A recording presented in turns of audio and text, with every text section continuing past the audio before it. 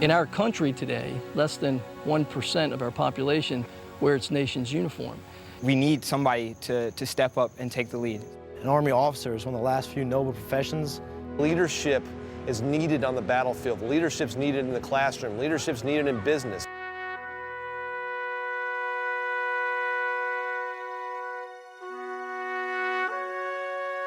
I don't have a very big military background. I thought it'd be a big jump just going straight to a military school. So half of my college list was military academies. The other half was civilian colleges that had an ROTC program. Eventually I kind of figured out that I wanted to go the civilian route. I wanted to have both the experience of being in the military, but also the civilian college lifestyle. You know, I first heard about it through a counselor in high school. He told me about it. I looked into it. Hey, you got a 4-year scholarship. The Army ROTC offers several means of attaining a commission in the United States Army. The way I like to think of it is there's an option for everybody. The officers produced by Army ROTC, the largest commissioning source. The Military Junior College is a unique institution in that we front load all the military training in 2 summers and actually commission them at generally 20 years old. Because it's a junior college, you spend the first 2 years here. You finish your 4-year degree at a regular 4-year college, and I felt it'd be a good transition between high school and then going on to the Army. The regimented lifestyle here, waking up at 05 in the morning, physical training every day, was very appealing to me. One of the important things about ROTC on a civilian campus like JMU, it has both the excellent academics that you need to really get something out of a college education, but it's also kind of a more laid back and relaxed place. Virginia Tech is one of 6 schools known as a senior military college. Although they're members of the Corps of Cadets and they wear a uniform every single day, they have the opportunity to interface with the other 25,000 civilian students. They also want to have a college experience. I'm guaranteed an active duty slot if I want it, rather than having to compete like regular ROTC programs do. There's also that civilian network here. There's somewhere to go on the weekends and wind down, unlike the academies. Essentially, graduating from West Point and graduating from here, you're going to be the same level. You're both going to be second lieutenants. ROTC cadets educated at a place like Johns Hopkins, a private university, offer an important complement to those trained at the military academies. They're Tuskegee Tigers. They'll always be Tuskegee Tigers. They understand it's an HBCU institution. It's not a secret, but it's also like extended family. But they don't have to major in ROTC. They focus on some other things, participate in other activities, whether it be fraternities or sports, because those are things that are going to carry through for the rest of their lives. And that does nothing but help you grow up.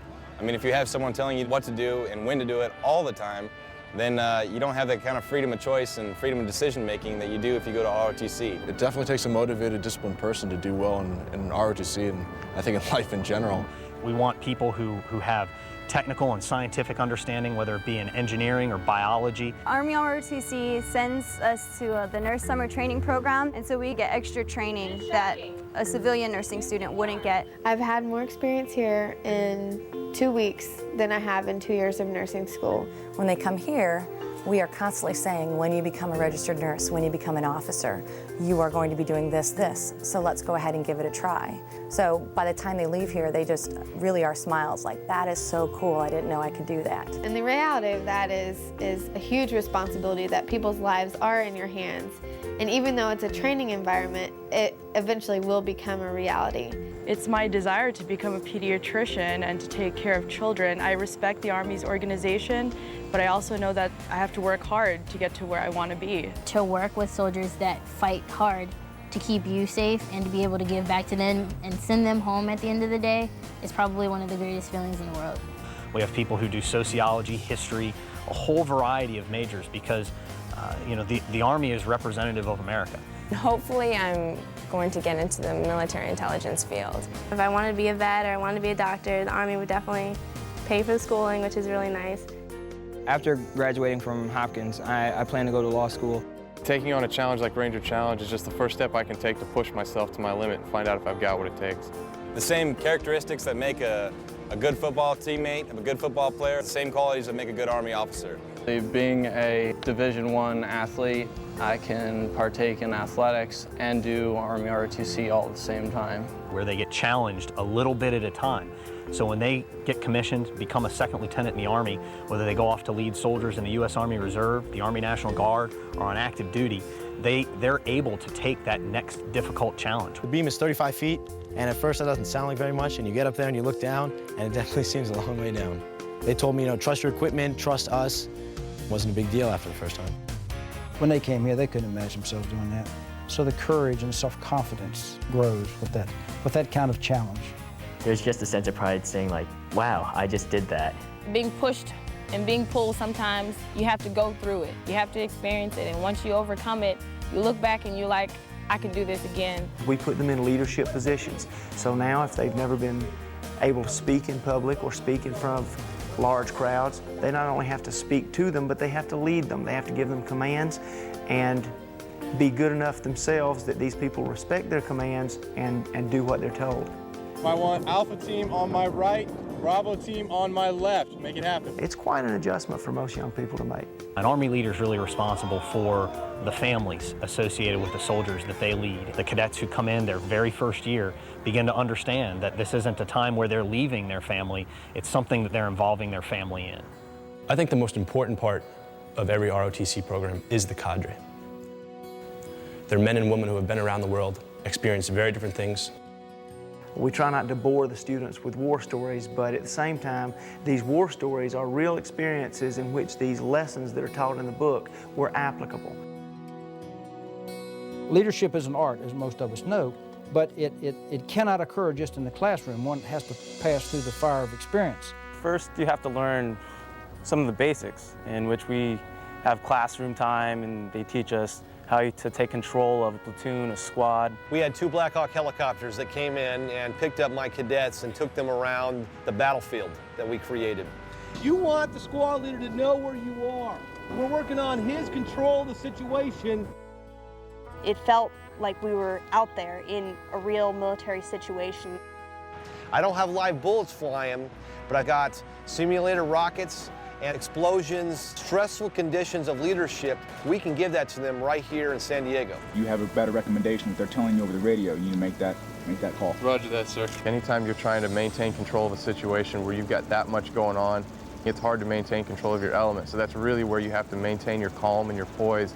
Really, the biggest thing we teach is confidence in themselves when there's 20 people looking at you saying, boss, what do I do next? It's no wonder military history looks good on a resume, because somebody sees that you are a second lieutenant in the Army and they're going to know, okay, this person is physically fit, they're disciplined, they know teamwork, and they can stay calm under pressure. Nothing makes my day more than getting an email from a lieutenant saying, hey sir, thank you, I feel very well prepared. I have become a more confident person, I've been more sure of my own decisions, and I just carry myself a lot better. We set up our lieutenants to succeed, not falsely. It's not like getting an award you didn't deserve. We're going to put you in this position, and then we're going to watch you shine. So I'm excited, ready to go out and do what the Army has taught me to do. Now it's really starting to sink in that I'm going to be an officer, I'm going to be a soldier, I'm going to be the future. And the Army goes rolling along. Then it's hi, hi, hey, the Army's on its way. It's a beginning, and I think as a college student, you don't want to take on the world. You don't want to take on too much. They make an informed decision to come here, serve their country, knowing that they're going to commission in 4 years and be placed in harm's way. These students aren't just graduating. It makes me feel intensely proud that those individuals are leaving this institution to serve their fellow American citizens. It has to be your personal decision. You have to be dedicated to it. It takes a lot of work. You've got to be respectable in front of your peers if you want them to respect you. I've come a long way, a very, very long way. 4 or 5 years ago, had you asked me, was I going to be an Army aviator, I would have told you no, not at all. It was the best decision of my life. Really hope to affect people's lives when I'm in the Army. I would describe them as some of the finest young men and women that I've ever had the privilege to serve with. To do it, you got to have a heart. And that's what I'm looking for, people with heart. And pinning the bars on somebody is saying, I'm giving you responsibility and authority that most people never get in a lifetime. As a 21-year-old, fresh out of college, being in charge of 40 to 50 people and saying, they're yours now. Their livelihood is in your hands, and that's an awesome responsibility.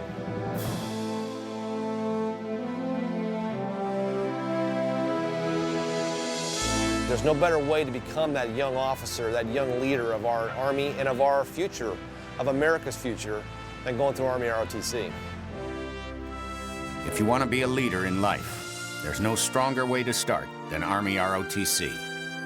To find out more about the schools that offer ROTC or the program itself, log on to ArmyROTC.com. Start strong with Army ROTC. There's strong, and then there's Army Strong.